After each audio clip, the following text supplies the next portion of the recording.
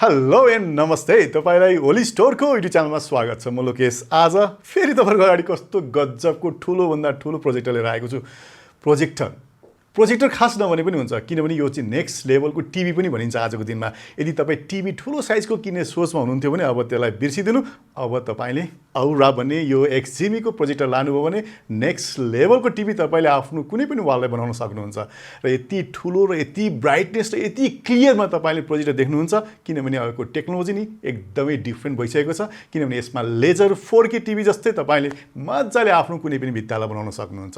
भने त्यो किसिमको XGIMI को प्रोजेक्टर आज तपाईको अगाडि म अनबक्सिङ गरेछु। हेरौँ यो प्रोजेक्टर कस्तो छ।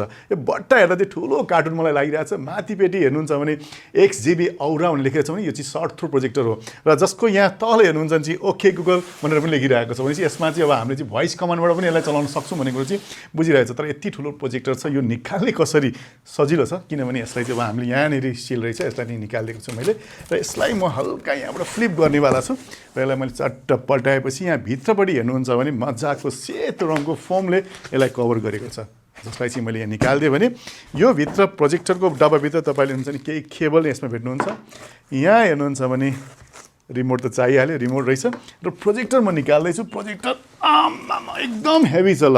ल प्रोजेक्टर पनि मैले निकालिसकेँ भने यो बट्टाभित्र अरू के आउँछ, बट्टाभित्र हेर्नुहुन्छ भने केही कागज छन् र यो बट्टाको काम पनि सकिएको छ। अब यसलाई म तल राखिदिँदैछु।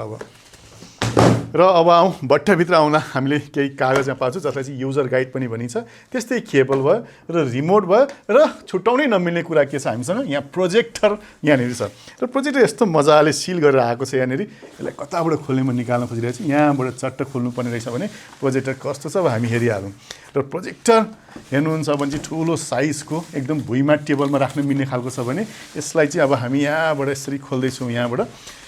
र यसो हेर्नुहुन्छ भने चाहिँ प्रोजेक्टर वाउ। ल यो मजाले माथिबाट यसलाई चाहिँ प्लास्टिकले ऱ्याप गरेर कभर गरेको रहेछ। किन तपाईँलाई थाहा छ, यहाँनिर यसको लेन्स हुन्छ र लेन्समा धुलो नपरोस्, फोहोर नहोस् र ड्यामेज नहोस् भनेर पनि मजाले प्रोटेक्सन गरेर ल्याएको हुँदो रहेछ। र तपाईँले हेर्नुहुन्छ भने यसमा चाहिँ HDMI इन पोर्ट पनि राखेको छ, जसमा चाहिँ तपाईँले तीनवटा HDMI पोर्ट यहाँ तपाईँले देख्नुहुन्छ भने त्यस्तै यसमा चाहिँ दुईवटा USB पोर्ट पनि यसमा राखेको छ।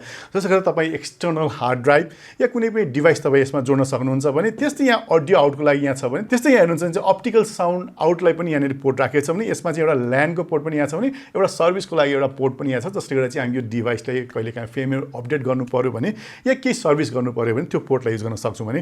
र यहाँ माथिपट्टि हेर्नुहुन्छ भने मजाले प्लास्टिकले यसलाई कभर पनि गरेको छ र यहाँ वार्निङ नोटिस पनि एउटा राखेको छ। किनभने यहाँ चाहिँ लेजर लाइट यहाँनिर हुने भएकोले गर्दाखेरि तपाईँ प्रोजेक्टर जोडेर डाइरेक्ट आँखाले नहेर्नुहोस् भनेर पनि यहाँ बताउन खोजिएको छ। र यहाँ हेर्नुहुन्छ भने माथिपट्टि हामन कार्डनको यहाँनिर लोगो राखेको छ भने यहाँनिर हेर्नुहुन्छ भने एउटा सानो सेन्सर लाइट पनि तपाईँले यहाँ देख्न सक्नुहुन्छ।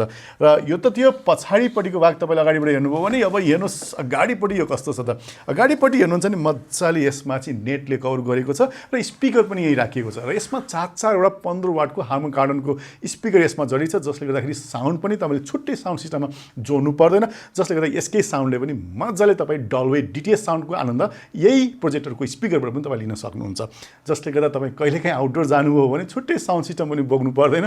यही लगेर कुनै पनि भित्तामा प्रोजेक्सन गर्नुभयो भने तपाईँले मुभीको आनन्द मजा लिन सक्नुहुन्छ। र प्रोजेक्टरको साइडमा हेर्नुहुन्छ भने चट्ट यहाँ अलिकति हावा जाने किसिमले भेन्ट पनि यहाँ राखेको छ। र प्रोजेक्टर उचाल्न चाहिँ एकदमै गरम छ। तपाईँ जानु पर्यो भने गाडीमै हालेर लिएर जानुपर्ने हुन्छ भने यहाँ पछाडिपट्टि पनि हेर्नुहुन्छ भने मजाले 4वटा खुट्टा तपाईँले पाउन सक्नुहुन्छ। र प्रोडक्ट सम्बन्धी इन्फर्मेसन र सिरियल नम्बर पछाडिपट्टि ठक्क राखेको छ भने यो प्रोजेक्टरलाई अलिकति लेभल बढाउनु घटाउनु पर्यो भने यसको खुट्टालाई पनि तलमाथि गरेर तपाईँले गर्न सक्नुहुन्छ।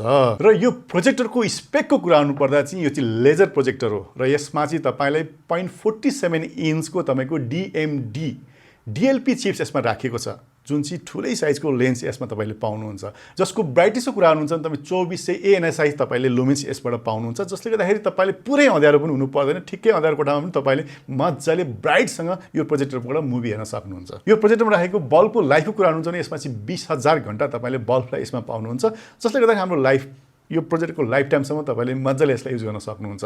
र यसमा लेन्स युज गर्दा तपाईँले 3D लेन्स पनि युज गरेछ। जसले गर्दा तपाईँको भित्तामा यदि यसको छुट्टै 3D ग्लास लाउनु भने तपाईँले 3D मुभीको पनि आनन्द यही प्रोजेक्टरबाट लिन सक्नुहुन्छ। र यो सर्ट थ्रो प्रोजेक्टर सँगसँगै तपाईँले यसमा चाहिँ अटो की नोट सेटिङ पनि राखिएको छ। जसले गर्दाखेरि तपाईँले आफै एडजस्ट नगरे पनि प्रोजेक्टरले आफै तपाईँको स्क्रिनलाई एडजस्ट गरिन्छ। जसले गर्दा तपाईँले यो प्रोजेक्टरबाट 80 देखि 150 इन्चीसम्मको साइजको स्क्रिन बनाएर मजाले तपाईँले कुनै पनि डिस्प्ले हेर्न सक्नुहुन्छ। अघि भने जस्तै यसमा चाहिँ 4-4वटा हार्मोनिक कार्डनको स्पिकर 15 वाटको राखेको छ, जसबाट आउने साउन्ड तपाईँ डल्वे अडियो त्यस्तै डिटिएस अडियो पनि तपाईँले यसबाट मजाले पाउन सक्नुहुन्छ। र यही प्रोजेक्टरभित्र तपाईँको 2 GB र्याम र सँगसँगै तपाईँले 32 GB को स्टोरेज पाउनुहुन्छ, जसले गर्दाखेरि यही प्रोजेक्टरमा तपाईँले केही न केही फाइलहरू या तपाईँले कुनै पनि एप्लिकेसन डाउनलोड गरेर राख्न सक्नुहुन्छ र तपाईँको 2 GB र्याम भएको कारणले गर्दा कुनै पनि फाइल खोलेर मुभी देखाउनलाई सिङ्क्रोनाइज र तपाईँको फास्टसँग तपाईँ यसबाट कुनै पनि डिस्प्ले हेर्न सक्नुहुन्छ। र यही प्रोजेक्टरभित्र तपाईँको एन्ड्रोइड टिभी र क्रोमकास्ट पनि इनबिल्ट गरेको छ, जसले गर्दाखेरि तपाईँसँग कुनै पनि तपाईँको स्मार्टफोनमा भएको कुरालाई वायरलेसली स्ट्रिमिङ गरेर पनि तपाईँले आफ्नो डिस्प्लेमा हेर्न सक्नुहुन्छ। साथसाथै यसमा पनि तपाईँले वाइफाई र ब्लुटुथ इनबिल्ट पाउनुहुन्छ, जसले गर्दाखेरि तपाईँसँग भएका कुनै पनि कुरालाई वायरलेसली स्ट्रिमिङ गर्न पनि सजिलो हुन्छ।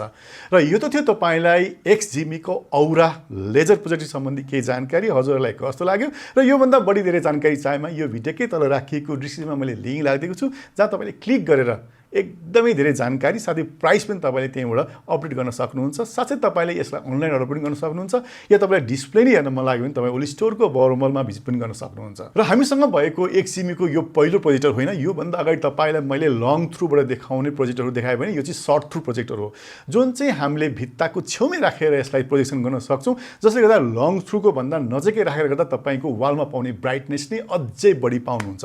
र यसमा चाहिँ लेजर लाइट त्यो पनि 4K भएको कारणले गर्दाखेरि अरू कुनै पनि DLP प्रोजेक्टर जुन चाहिँ लङ थ्रु गर्नुपर्ने हुन्थ्यो त्यो भन्दा यसको ब्राइटनेस एकदमै राम्रो हुन्छ। साथै यसमै तपाईँले 4-4वटा स्पिकर पनि यसैमा जोडेको छ, जसबाट साउन्ड र म्युजिकको मजा पनि तपाईँले लिन सक्नुहुन्छ। किनभने अरू प्रोजेक्टर तपाईँ पछाडिबाट साउन्ड पछाडिबाट आउँथ्यो भने यसको साउन्ड तपाईँलाई अगाडिबाटै आउँछ। र यो प्रोजेक्टरमा पनि तपाईँले कस्तो मजाको स्मार्ट रिमोट तपाईँले पाउनुहुन्छ यसमा, र यो रिमोटबाट तपाईँले सबै कन्ट्रोल यसमै गर्न सक्नुहुन्छ नि। र यही रिमोटमा पनि तपाईँले भोइस कमान्ड पनि यसैबाट पनि दिन सक्नुहुन्छ, किनभने यसमा माइक्रोफोन पनि यहाँ इनबिल्ट गरेको छ र बिचमा राखिएको क्लिक इन्टर गर्ने पोइन्ट र वरिपरि राखेको कर्सर तपाईँ चलाइ रोलिङ गरी यो रिमोटबाट तपाईँले मजाले फुल कन्ट्रोल गर्न सक्नुहुन्छ भने यहाँ बेसिक फिचर तपाईँले रिमोटमा पाइ नै हाल्नुहुन्छ। र साथै तपाईँले यहाँ एसी केबल पाउनुहुन्छ, यसलाई चाहिँ हामीले पावरमै जोड्नुपर्ने छ, यसमा कुनै पनि ब्याट्री राखिएको छैन, त्यसकारण एसी प्लग गर्ने पोइन्ट चाहिँ यहाँनिर राखिएको छ।